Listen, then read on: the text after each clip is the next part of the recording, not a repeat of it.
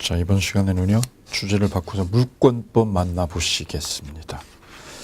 자, 물권법은요, 물건에 대한 지배 여부를 다루는 과목을 물권법이라고 합니다.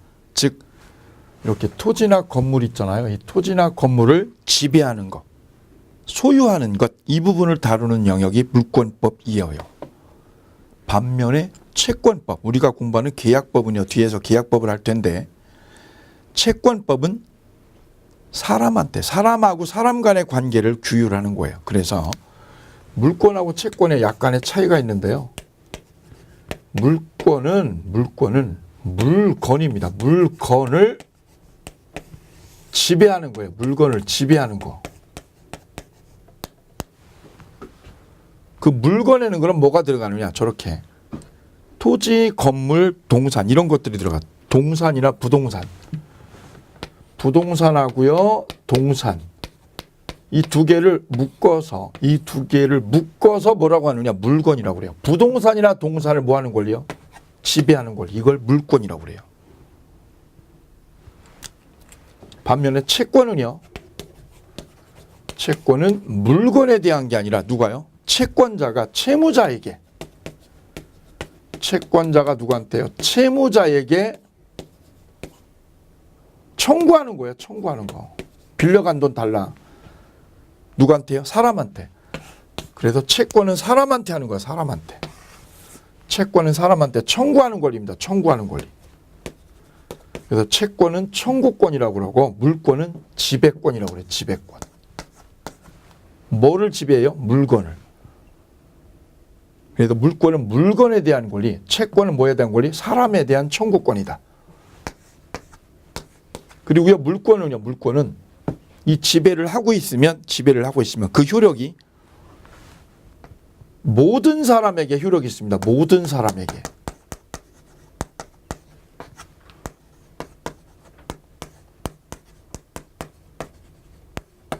모든 사람에게 효력이 있는 겁니다. 내 땅, 내 집, 모든 사람한테 내 거를 주장할 수 있는 거예요. 이거를 대세효가 있다라고 그래요. 대세효. 반면에 채권은 누구한테요? 채무자에게만 청구할 수 있는 거예요. 그래서 이거는 모든 사람에게 효력이 있는 게 아니라 누구한테요? 계약 당사자한테만. 계약을 맺은 누구한테요? 당사자에게만 효력이 있습니다. 그래서 이거는 상대권이다. 이렇게 얘기해요. 상대적이다. 상대권이다. 이건 대세효. 모든 사람한테. 이거는 상대적으로 계약 맺은 사람한테만. 요 점에서 물권과 채권이 구별이 됩니다. 그리고 이 물권은요, 등기가 되어 있어요. 등기가. 근데 채권은 등기를 안 해도 돼요. 왜? 계약자끼리요. 계약자끼리 주장하는 거니까 등기를 할 필요가 없다는 점에서 구별이 됩니다. 자, 그래서 지금 우리가 만나는 데는 채권이 아니라 물권, 이 부분을 만나고 있어요. 물권. 여기 토지나 건물을 뭐 하는 권리? 지배하는 권리다. 지배하는 권리. 그래서 물권의 객체는 뭐라고 하느냐? 물건, 이걸 대상으로 합니다. 물건을. 그 물건 안에는 뭐가 들어가요? 부동산하고 동산이 들어갑니다. 이렇게요. 부동산과 동산. 부동산하고 동산을 묶어서 뭐라고 그래요? 물건이라고 그러고, 그 물건이 바로 물권의 객체가 되는 겁니다. 그 물건은요, 반드시 어떻게 되느냐? 특정되고 현존할 것. 특정이라는 말이 뭐예요? 범위를 정해야 된다고. 범위를 정해야만 내가 지배할 수 있기 때문입니다.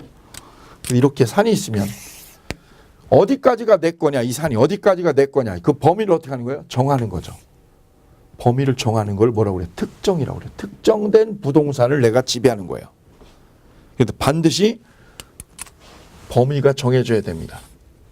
그래서 그 물건이, 하나의 물건이 생기면 하나의 물건에는 물건이 몇 개가, 하나가 생기게 되는 거죠. 그거를 일물일권주의라고 합니다. 일물일권주의. 하나의 물건에는 몇 개가, 하나의 권리가 생기는 것. 이거를 일권주의 원칙, 이렇게 소개를 합니다. 그래서 우측에 보시게 되면요. 우측에 보시면 431페이지 보면 일물일권주의 원칙이 나와요. 기억에 보면 하나의 물건에 몇 개가 하나의 권리가 생기는 거예요. 두 개가 되면 싸움이 되니까. 그래서 하나의 물건에는 두 개의 물건이 존재할 수 없는 원칙을 말하고 니은에 보면 그래서 분필 절차를 밟지 않은 토지 일부, 이렇게 토지 일부가 있으면 여기 토지 한 필지가 있다. 여기 1000평짜리가 한 필지 땅 있죠. 그러면 이 한 필지 토지를 분필을 안 했죠. 이렇게 분필을 안 하면 요 일부에는요. 분필을 안 하면 일부에는 소유권이 생겨 안 생겨? 안 생기죠. 왜요? 소유권 두 개가 될 수 없으니까. 그럼 두 개가 되려면 어떻게 해야 되게? 분할 등기를 해야죠. 분할을. 분필 절차를 밟지 않은 토지 일부야. 토지 일부에 대한 보존 등기는 무효다. 마찬가지로요. 이 땅 일부에 대해서 소유권 성립할 수 없습니다. 왜요? 한 필지잖아요. 한 필지. 분할 안 했으니까. 그럼 일부에 대해서 저당권도 성립할 수가 없습니다. 이게 성립하려면 어떻게 돼요? 분할을 해야죠. 분할을. 그래, 거기다 써주실 건 이 부분입니다. 쌍괄호 3번 끝에다 써주실 건 이 부분. 한 필지 일부에는 뭐가 성립할 수 없습니다. 소유권이 성립할 수 없다. 시험 문제. 한 필지 일부에는요. 저당권이 성립할 수 없다. 시험 문제. 분할을 하기 전에는 이걸 분할하기 전에는 안 생기는 거죠. 일물일권주의 원칙이 관철이 돼야 되니까. 반면에 일부에는 용익물권, 즉 전세권이나 이런 용익물권 이런 거는 성립할 수 있습니다. 아파트 일부에다 뭐를요? 전세 놓을 수 있나요? 있죠. 일부에 가능해. 일부에. 그래서 부동산의 일부에 성립 가능한 건 뭐야? 전세권, 용익물권만 가능하다. 요거 하나 기억해 두시면 되겠습니다. 그래서 물권의 객체는 요 두 단어만 기억하시면 돼요. 물건이 대상이다. 그럼 물건만 있으면 되는 게 아니다. 그 물건이 범위를 정해야 돼요. 범위를 정해가지고 임야를 거래해야 되지. 범위 안 정하고 거래 어떻게 할 거예요? 그걸 뭐라고 그래요? 특정이라고 그래요. 특정. 특정된 물건이 이렇게 하나 있다. 이렇게 한 필지가 있다. 임야가 있다. 임야가. 그러면 몇 개요? 하나의 권리가 생기는 원칙. 이거를 일물일권주의 원칙이라고 그러고 여기서 두 번째 기억할 건 이거다 이거죠. 한 필지 일부에는 분할을 하기 전에는 소유권이나 저당권을 성립할 수 없다. 대신에 뭐는요? 전세권을 성립한다. 요거. 딱 두 단어입니다. 물권의 객체에서는 요 부분하고 요 부분 두 개를 기억해 주시면 되겠습니다. 팁으로 기억할 게 하나 있다면 이거예요. 이 임야에다가 나무를 심었다. 나무를 심었어요. 나무를. 그럼 이 나무는 뭘로 볼까요? 나무는 토지의 구성물입니다. 구성물. 근데 여기다가 건물을 세우면 건물을 짓게 되면 건물은 토지와 별개가 됩니다. 별개 물건이 됩니다. 별개. 별개라는 건 뭐야? 임야하고 이 건물하고는 별개. 따로 독립한 물건이 된다. 이런 뜻입니다. 근데 나무는요. 나무는 임야의 구성물이 되어버려요. 그래서 수목을 심으면 구성물, 건물을 지으면 토지하고 별개. 따로 취급이 되는 거죠. 그럼 이런 얘기를 할 수 있는 거죠. 이 임야를 팔면, 이 임야를 A가 팔았다. A가 B한테 팔면 여기 심은 나무도요. 나무도 어떻게 돼? 나무도 구성물이니까 같이 딸려가는 거예요. 이걸 우리는 뭐라고 그러냐. 이 구성물을 우리는 뭐라고 부르냐. 법리적으로는 부합물이라고 그래요. 구성물을 우리는 뭐라고요? 부합물이다. 그래서 수목은 이분한테 매수인한테 같이 넘어가 버리는 거예요. 건물은 그런데 뭘로 봐요? 별개로 봐요. 이 나무하고 임야하고 건물은 별개가 됩니다. 그래서 건물은 일로 안 넘어가요. 별개니까. 그런데 이 수목을 구성물이 아니라 별개로 만드는 방법이 하나 있어요. 그게 뭐냐? 임목으로 등기하면 돼요. 이 수목을 뭘로 등기하면? 임목으로 등기를 하면 임목으로 등기를 하면 이게 별개가 돼버린다. 별개가. 구성물이 아니라 별개로요. 또 하나 뭐냐? 또 하나는 뭐냐면 여기다가 명인방법을 하는 거예요. 명인방법.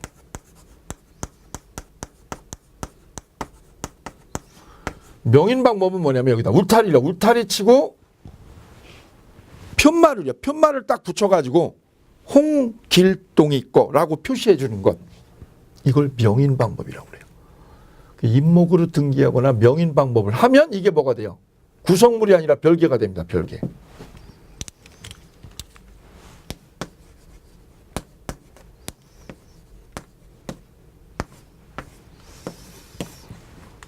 그래서 수목이어져. 수목이 명인방법을 했냐 안 했냐 이거에 따라 지금 구성물과 별개로 나눠지게 된다는 거. 이게 학습의 포인트입니다. 구성물이냐 별개냐 뭘요? 명인방법을 했냐 안 했냐 이걸로 결정이 됩니다.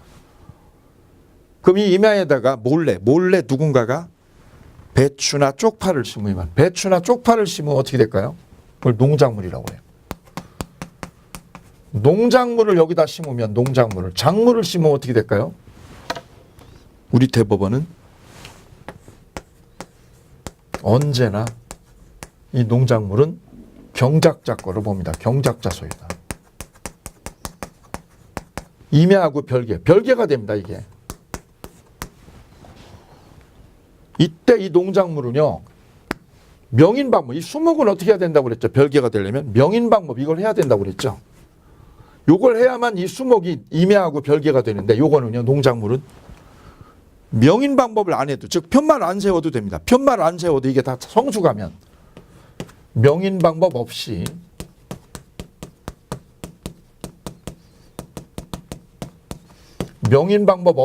경작자 거가 됩니다. 성숙하기만 하면 쪽파나 배추가 다 자라면 성숙하면 이건 경작자 거예요. 명인방법을 안 해도 된다는 점이에요. 그래서 여기서 학습의 포인트는 요 세 가지를 구별해 주는 거예요. 세 가지를. 수목, 구성물이야. 근데 뭐 하면 명인방법을 하면 별개가 돼.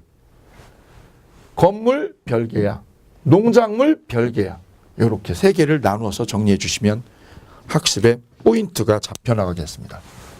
수목 따로, 건물 따로, 농작물 따로. 이걸 법리적으로 어떻게 정리하느냐 이 문제입니다. 이 부분이 학습의 줄거리가 되겠습니다. 그게 430페이지. 430페이지에 쌍괄호 2번이요. 쌍괄호 2번에 보면 1번 기역하고 니은이 있습니다. 이 부분이 바로 학습의 포인트. 기역과 니은의 별표. 기역은요 토지의 구성 부분인 거 있고요. 니은은 토지와 별개인 거 있죠. 거기에 별표하고 정리해 주시면 되겠습니다. 그 다음에요. 물권 법정주의를 만나볼게요. 물권의 객체는 이렇게요.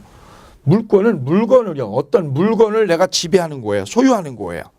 건물이나 땅을.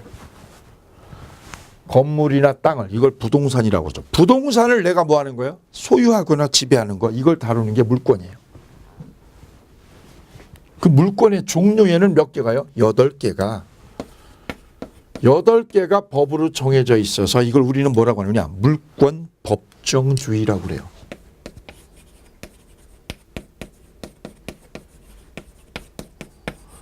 그러니까 물권은 몇 개가요? 8개가. 8개가 법전에, 우리 민법전에 딱 정해져 있습니다. 그걸 물권 법정주의라고 그래요. 자, 볼까요? 431페이지.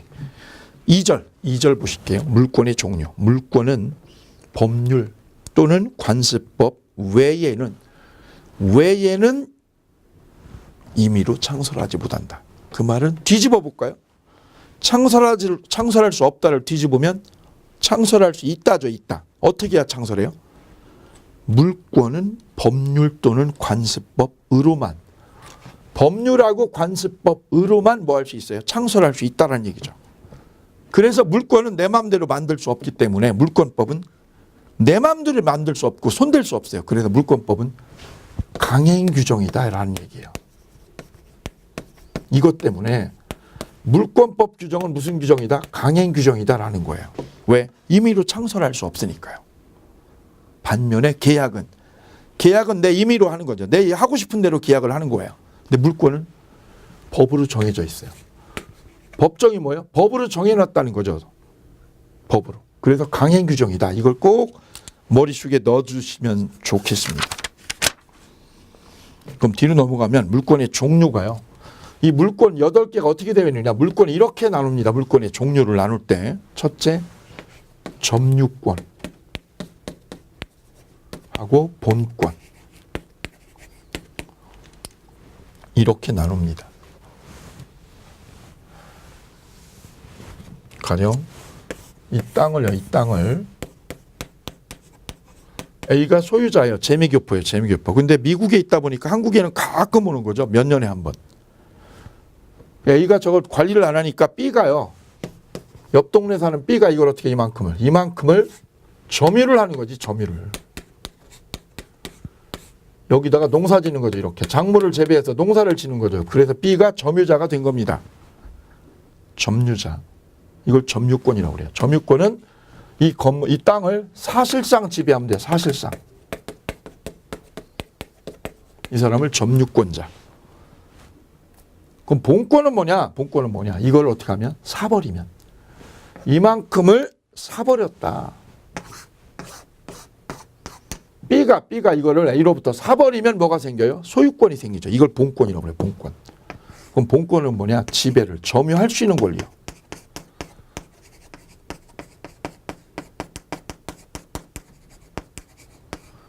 점유권은 뭐 하는 권리요? 사실상 지배하는 거예요. 소유권 없어도 돼. 소유권 없이 점유만 하면 되는 거야. 점유만. 반면에 본권은 뭐야? 점유를 할 수 있는 권리. 점유를 할 수 있는 권리를 뭐라고 하느냐? 본권이라고 그래요. 어떻게 하면? 매매로 사 이걸 네가 사. 사면 너한테 뭐가 생기는데? 본권이 생겨. 그럼 그 본권에는 뭐가 있느냐? 네가 사면 돼. 사면 뭐가 생기지? 소유권이 생기지. 바로 소유권입니다. 소유권이 본권이에요. 소유권이 대표적으로. 또 안 사도 돼. 안 사도. 네가 소유권 안 가져도 돼. 이거 살려면 돈 많이 들지. 안 사고 어떻게 하면 돼? 네가 이걸 전세권 얻어. 전세권을 얻어. 전세권. 그 전세권도 본권이야. 본권. 즉 본권은 다시 어떻게 나누냐? 소유권하고 제한물권으로 나눠요. 제한물권.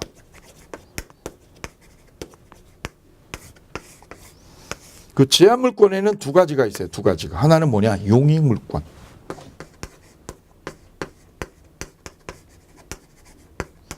사용 수익하는 거예요. 남의 거를 사용 수익하는 거. 대표적으로 전세권이 여기 들어가. 전세권. 그 다음 담보물권. 담보물권. 예컨대 저당권이죠. 이걸 저당을 잡아. 그러면 너한테 담보물권이 생겨. 저당권. 그래서 제한물권은 이렇게 두 개로 나눠져요. 용익물권과 담보물권으로 나눠지는데, 다시 용익물권은 이게 우리가 일반적으로 아는 거고요. 구체적으로 세 개예요. 지상권, 지역권, 전세권. 지상권, 지역권, 전세권. 이 세 가지가 바로 용익물권입니다. 다 남의 부동산 사용하는 거예요. 사용료 내고. 그 다음 담보물권은요. 세 가지가 있습니다. 유치권, 질권, 저당권. 세 가지. 하나, 둘, 셋. 용익물권의 세 개. 하나, 둘, 셋. 그럼 6개죠. 셋, 6개. 그 다음에 소유권, 점유권. 그래서 물권은 몇 개가? 8개가 법으로 정해져 있는 것. 이걸 물권 법정주의라고 합니다. 근데 여기서 유념할 게 있어요. 이게 민법에는 이렇게 물권이 이렇게 정해져 있는 거예요. 점유권하고 본권으로. 본권 안에 두 가지가 있다는 거죠. 뭐 하고요? 소유권과 제한물권이 다 본권이라는 거. 이거 유념하셔야 돼요.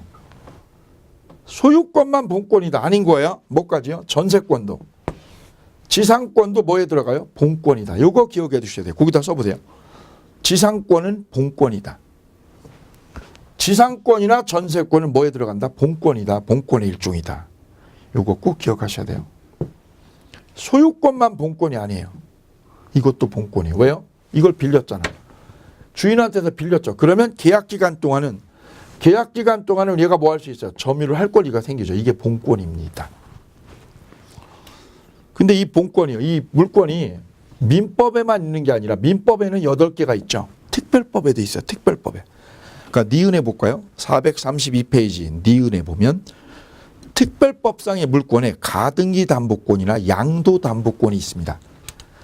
가등기 담보권은 이런 거예요. 거기다 조그맣게 써보면 A가 흥부가 이 집을 담보로 채권자한테 1억을 빌리고요. 1억을 빌리고 이 채권자 앞으로 등기를 해주는 거예요. 등기를. 1억에 대한 담보로 1억 담보로 흥부집을 채권자 앞으로 등기를 해주는데 여기다가 가등기를 걸어주면 가등기를 하면 무슨 담보? 가등기 담보. 소유권을 일로 갖다 놓으면 소유권 이전 등기를 하면 흥부집을 채권자 앞으로 이전 등기를 해놓으면 이거는 양도담보. 둘 다 뭐냐? 1억에 대한 뭐야? 담보요. 담보를 가지고 있는 겁니다. 누가요? 채권자가. 이거는 특별법에 있는 거예요. 특별법. 가등기 담보, 양도 담보. 이것도 다 물권입니다. 물권. 물권인데 이 물권 어디에 있어요? 민법전에 없고 어디에? 특별법에 있는 물권이다라는 거죠. 이것도 물권이다. 어디에 있는 물권? 특별법에 있는 거. 가등기 담보권, 양도 담보권. 뒤에 특별법에서 우리 나중에 보실 거예요. 그 다음에 디귿에 보면 관습상 물권이 인정되는 게 있어요. 관습상 물권으로. 관습이 뭐예요? 우리 오랜 관행으로. 관행에 의해서 물권이 된 게 바로 관습상 물권이에요. 법전으로요. 법전으로 인정한 물권은 몇 개? 8개요. 근데 관습으로 우리 관행으로도 물권을 인정해 줬는데 그게 몇 가지냐? 2가지예요. 분묘기지권. 분묘기지권이 이거죠. 남의 산에다가 이렇게 이 임야에다가 어떻게 한 거죠? 묘를 쓰고요. 묘를 만들고 분묘를 만들고 몇 년을? 20년을 가지고 있으면 20년을 가지고 있으면 이 묘자리요. 묘자리를 이용할 수 있어요. 이걸 분묘기지권이라고 그래요. 이건 우리 오랜 관행으로 내려오는 물권이에요. 그래서 남의 산에다가 묘를 설치하고 몇 년을요? 20년 동안 점유를 하면 등기를 안 해도 이 묘자리를 이용할 수 있는 권리가 생기는데 이거를 분묘기지권이라고 그래요. 분묘기지권. 이거는 관습에 의해서 인정하는 물권이라는 거 기억하시고요. 그 다음에 관습상 법정이상권이 있습니다. 관습상 법정이상권. 그 뒤에서 나오니까 나중에 참고로 보시면 되겠습니다. 다음. 니을에 별 3개 하고요. 관습상 물권이 아닌 게 있어요. 요게 시험에 나오는 거예요. 온천권. 첫 번째 온천권. 두 번째는요. 관습상 사도통행권. 이것도 물권이 아니고 세 번째요. 공원이용권. 이것도 물권이 아니라는 거예요. 그 다음 미등기 건물의 양수인. 이 미등기 건물을 샀다. 미등기된 건물을 B가 매매로 인수했다 이거죠. 매매로 인수했다. 미등기 무허가죠. 이게 무허가. 이걸 사가지고 얘가 돈을 다 치렀어요. 그래도 얘는 등기를 못 가져와요. 등기를. 왜요? 무허가니까. 그럼 얘한테 등기를 안 하니까 얘가 뭐 안 생기느냐? 소유권이 안 생깁니다. 소유권이. 왜 안 생길까요? 등기 안 해서. 그럼 얘가 오래 거주를 해도 여기서 50년을 거주를 해도 뭐를 안 주느냐? 관습상 물권. 관습상 물권을 인정해 주지 않아요. 우리 대법원은. 소유권도 안 주고 물권도 안 줘 얘한테. 왜? 무허가 건물을 샀기 때문에. 요거 기억하시면 되겠습니다. 그게 두 번째 점이 되겠습니다. 미등기 건물의 양수인은 소유권에 준하는 무슨 물권? 관습상 물권이 인정되지 않습니다. 그래서 다음 중 물권이 아닌 것은 그러면 물권이 아닌 것은 4가지예요. 온천권, 사도통행권, 공원이용권, 그 다음에 뭐요? 미등기 건물 양수인. 이 4사람은 물권을 주지 않습니다. 우리 민법에. 자, 거기까지 보시면 물권의 종류에 관한 고찰이 되시겠고요. 그 다음에 이제 물권의 효력입니다. 물권의 효력. 자, 지금 물권법 총론에 물권의 객체에서 일물일권주의 원칙을 뚫으셨고, 두 번째가요. 물권의 종류가 8개를 법으로 정해놓았다. 즉 물권 법정주의를 같이 생각해 보셨습니다. 이제 보실 때가요. 물권의 효력입니다. 물권의 효력. 효력을 다른 말로 바꾸면 힘입니다. 영어로 파워죠, 파워. 물권한테는요, 두 가지 힘이 있습니다. 두 가지 힘을 주는데 그 첫째가요, 물권과 채권이 충돌이 되면 물권이 우선합니다. 이거를 우선적 효력이라고 그래요. 물권이 우선하는 거, 뭐보다? 채권보다. 우선적 효력. 물권이 채권을 이겨먹는다는 거죠. 이긴다는 거죠. 채권은 물권을 못 이겨요. 이게 우선적 효력.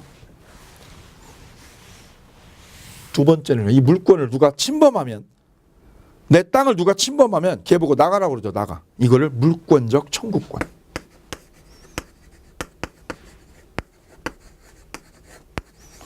이 두 가지가 바로 물권에 인정되는 특유한 힘입니다. 하나는 우선적 효력, 두 번째는 물권적 청구권. 자, 이 부분 만나러 가도록 하겠습니다. 먼저 우선적 효력. 자, 우선적 효력은 이렇게 생각하시면 쉽습니다.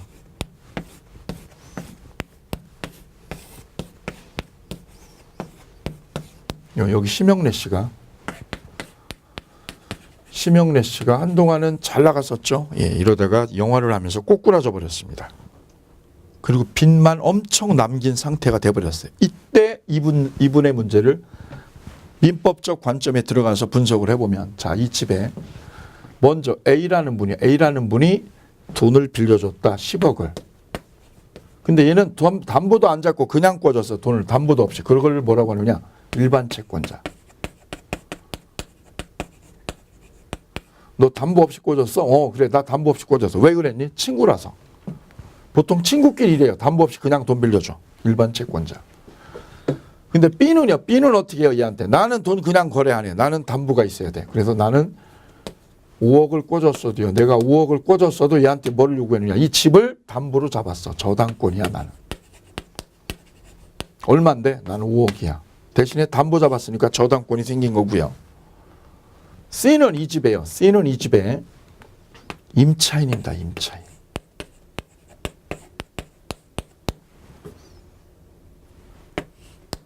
이 집에 세를 들어 살고 있는 임차인, 세입자가 되겠습니다. 근데 이 세입자가 보증금이요. 보증금 액수가 얼마냐. 이게 굉장히 중요합니다. 보증금 액수가. 보증금 액수가 소액이면, 예컨대 보증금이 만약에 5천만 원이다. 소액 임차인이다. 그러면 이게 아주 의미가 있어요. 그 다음 D는 나 전세권이야. 나 이 집에 전세 들어갔어. 전세 보증금 얼마인데? 나 전세 보증금 2억이야. 2억. 전세금 2억이야. 이런 상황이면 여기 이해관계인이 4명 있죠. 4명. 이때 이게 경매로 날아가 버리면, 이 집이 경매로 날아가게 되면 어떻게 될까요? 배당을 받을 때 순서가 어떻게 되느냐? 배당받을 때 순서가 어떻게 될까? 이 문제입니다. 그러면 물권이 채권보다 우선해요. 얘 채권, 얘 물권. 물권이 누구보다? 채권보다 우선해요. 얘가 먼저 1순위로 배당받아. 1순위. 그 다음 전세권도 뭐예요? 물권이죠. 물권이니까 이 전세권자가 얘보다 먼저 받아요. 그래서 B가 1순위, D가 2순위. 그 다음 얘네들은 채권이니까 3순위가 되겠죠. 근데 여기서 얘가 보증금이 얼마라면? 소액이면 이렇게. 이게 소액이면 임차인한테 최우선 변제권이 생기게 됩니다. 최우선 변제권이 얘가 소액이면 누구보다요? 저당권보다 얘가 먼저 받아. 1순위로. 그리고 얘가 1순위로 바뀝니다. 얘가 보증금이 만약 2억이면 얘가 1순위가 되는데, 이게 소액이기 때문에 얘가 1순위로 올라가 버려요. 1순위 배당. 그거를 뭐라고 하느냐? 최우선 변제권이라고 그래요. 원래 얘가 임차권은 채권이거든요. 채권이니까 얘보다 뒤처지는데, 이게 소액이면 최우선 변제권이 인정이 됩니다. 주택임대차보호법 뒤에서 보시게 될 거예요. 그래서 얘가 1순위가 됩니다. 1순위. 그 다음 얘가 2순위, 3순위, 4순위 이렇게 배당이 되겠습니다. 이걸 우선적 효력이라고 해요. 우선적 효력. 그래서 물권은 누구보다? 채권보다 우선합니다. 그 물권끼리는요. 이 물권하고 물권끼리는 어떻게 할까요? 등기가 빠른 거. 등기가 빠른 것이 우선합니다. 얘 등기가 먼저고 얘가 1월달, 얘가 6월달. 그럼 누가 빨라요? 얘가 먼저 배당 받아가는 거죠. 먼저 받고 얘가 나중에 받고. 물권끼리는요. 물권끼리는 어느 등기가 빠르냐 늦으냐 이걸로 결정합니다. 물권하고 채권은 누가 이기고요? 물권이 이기고. 자, 그렇게 정리를 해나가시면 되시겠습니다. 자, 그래서 432페이지요. 쌍괄호 2번 볼게요. 제한물권 상호간. 제한물권 상호간에는 먼저 성립한 물권이 우선합니다. 그래서 1번 보면 저당권이 성립한 후에 전세권이 성립했다. 그럼 뭐가 빠르죠? 저당권이. 그럼 저당권 실행으로 저당권, 전세권을 모두 소멸하고 순위대로 배당을 받게 됩니다. 거꾸로 2번은요. 전세권이 빠르면 전세권이 빠르고 저당권이 뒤에 있으면 전세권이 선순위가 되죠. 그러면 저당권이 실행돼도 전세권자가 배당 요구를 안 하면 배당 요구 안 하면 전세권은 소멸하지 않는 거예요. 즉 이렇게 되는 거죠. 이 집에 얘가 전세권, B가 저당권 이렇게 있을 때 이 저당권자가 경매를 때리면 이 집 경매를 때리면 이 전세 사는 뽕순이는 이 뽕순이는 전세가 살면 계약 기간이 남아있다. 그럼 어떻게 해요? 그냥 살면 돼요. 그냥 살면. 왜? 선수이니까. 그럼 이 전세권은 소멸해야 존속해요. 존속하는 거예요.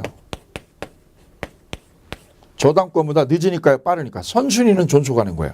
그럼 얘보다 뭐한 거? 늦은 거. 이 전세권이 얘보다 뭐하다면 늦다면 이 늦다면 얘는 어떻게 돼요? 얘는 소멸이에요.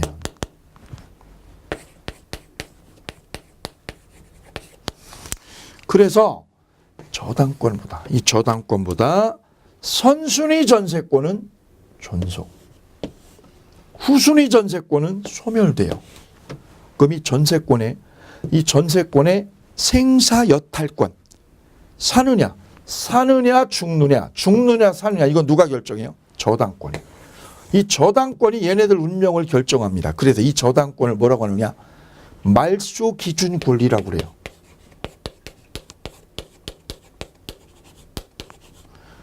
말소 기준 권리 이렇게 불러요. 이 말소 기준 권리보다 뭐하면 뒤에 있는 건 죽는 거예요. 뒤에 아무리 많아도 여기 10개 있어도 다 죽어. 유치권 빼고 다 없어집니다. 뒤에 가압류가 있든 가등기가 있든 전세권이 있든 다 말소돼. 다 말소. 단 이거보다 앞에 있는 거는 존속해요. 그래서 얘네들의 운명은 누가 결정해요? 저당권이. 그 저당권이 여러 개 있으면 어떻게 할까요? 1번 저당권이. 1번 저당권을 뭐라고 그래요? 말소 기준 권리다라고 합니다. 이게 꼭 나오는 거죠, 시험에. 그리고 1번보다 뒤에 있는 것들은 어떻게 된다? 다 죽어. 뭐 빼고? 유치권 빼고 다 죽는다. 그럼 이 낙찰자는요? 낙찰자는 이 전세권을 어떻게 하고요? 끼고요. 전세권 끼고 경매받았다. 이렇게 얘기하는 거죠. 근데 여기는 이 저당권보다 뒤에 있죠. 얘는 어떻게 돼요? 삭제돼요. 없어져요. 왜? 얘가 말소 기준이니까. 요 임차권도 쫓겨나고 이것도 쫓겨나고 다 없어지는 거죠. 왜? 말소 기준 권리보다 뒤에 있는 거는 다 소멸해. 다 소멸. 얘가 소액임차인여도 이거 소멸하는 거예요. 소멸하되 배당만 1순위로 받는 겁니다. 자, 그게 제한물권 상호간의 법리가 되겠습니다. 우측에 보면 특수문제가 있어요. 433페이지에 특수문제 1번의 별세개입니다. 자, 1번의 논의는 이런 논의가 되겠습니다. 갑의 건물에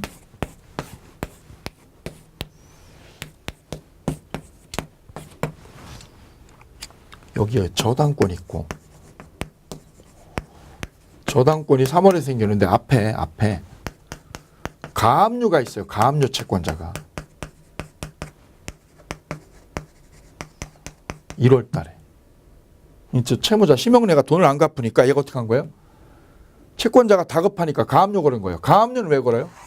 가압류 왜 걸어? 얘가 재산 못 빼돌리게 임시조치로 묶어두는 게 가압류죠. 그리고 저당권이 이 3월에 그리고 C도 또 여기다 가압류를 또 걸었어. 6월 달에. 얘도 가압류 채권자. 넌 얼마니 받을 돈이? 나 받을 돈 10억이야. 너 얼마야? 나 10억이야. 넌 얼마야? 나도 10억이야. 그럼 이게 경매로 날아가면, 이 심형래 집이 경매로 날아가면 배당을 어떻게 받을까요? 배당 받을 때 어떻게 될까요? 자, 먼저 B하고 C 결정할게요. B하고 C하고 충돌이 되면 누가 우선해요? 등기가 빠르죠. 얘가 우선해, 얘가. 따라서 저당권자는 누구보다? 후순위 가압류보다 얘가 배당 먼저 받죠. 내가 먼저야, 임마, 너보다. 그럼 이 B하고 A는 어떻게 될까요? B하고 A는 어떤 관계냐? 이 문제가 여기에 출제 포인트예요. 가압류, 즉 가압류가 어디 있느냐? 저당권보다 앞에 있으니까 뭐라고 그래요? 선순위 가압류. 선순위 가압류하고 후순위 저당권. 얘네 둘은 배당에서 어떤 관계에 놓여질까? 이게 학습의 포인트. 자, 그럼 먼저 볼까요? 가압류는 채권자예요, 채권자. 따라서 채권자는 저당권을 이겨 못 이겨? 못 이겨, 얘가. 채권은 얘를 못 이기는 거죠. 그러면 A는 B를 잡아먹을 수 없어요. 그럼 거꾸로요. 저당권자는 A를 이길까요? 저당권은 물권, 얘는 채권. 얘가 이겨야죠. 아니라는 거예요. 저당권은 누구를요? 후순위 가압류를 이기는 거예요. 후순위 가압류를. 그럼 어디 있는 거? 선순위 가압류를 얘가 못 이겨. 따라서 저당권자가 이기는 건 누구예요? 후순위 가압류를 잡아먹는다. 이긴다. 선순위 가압류는 얘가 이긴다, 못 이긴다? 못 이긴다. 그러면 B도 A를 못 이기고 가압류도 얘를 못 이기니까 둘은 동순위다. 동순위 이렇게요. 그래서 요 관계의 정리를 잘 머릿속에 삽입해 주시기 바랍니다. 그래서 3번에 1번 메뉴에 선순위 가압류 등기 후에 후순위 저당권이 성립하면 배당할 때 어떻게 해요? 평등 배당한다. 왜 평등 배당해요? 동순위니까. 거기다 써주세요. 동순위. 니네들은 서로 못 이겨. 서로 못 이기지. 그럼 어떻게 하는데? 동순위로 배당을 해. 10억을 똑같이 나눠 먹어. 10억 가지고 둘이 나눠 먹어. 똑같이. 그런데 동그라미 3번은요. 중간에 낀 때. 볼까요?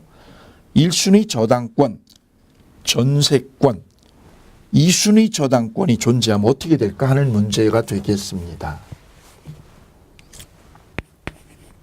심형래 집에 이렇게 있는 거죠. A가 1번 저당권, B가 전세권, 얘가 2번 저당권, D가 유치권이다. 이렇게 유치권이다. 이렇게 있을 때 얘가 경매를 때리면 2번 저당권자가 저당권이 두 개 있죠. 2번 저당권자가 이 집, 심형래 집을 경매 쳐버리면 어떻게 될까요?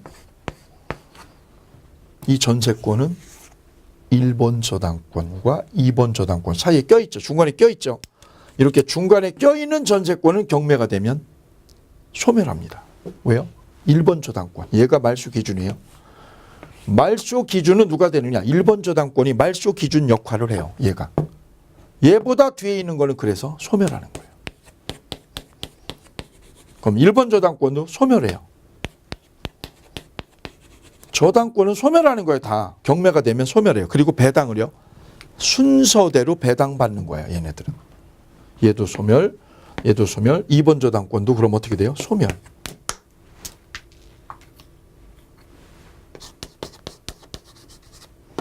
다 소멸해요. 다 소멸. 이렇게. 그럼 얘가 1순위로 배당받고 2순위 배당, 얘가 3순위 배당. 그럼 유치권은요. 얘는 안 없어지고 얘만 존속해요. 여기 시험 문제, 24회 시험 문제, 26회 시험 문제 2번 연속 나왔어요. 요 중간에 낀 전세권은 얘를 뭐라고 그래요? 중간에 낀 거라고 그래요. 중간에 낀 거. 중간에 낀 전세권은 존속합니다. 소멸합니다. 얘는 소멸해서 없어집니다. 이거 꼭 기억을 해 두실 것.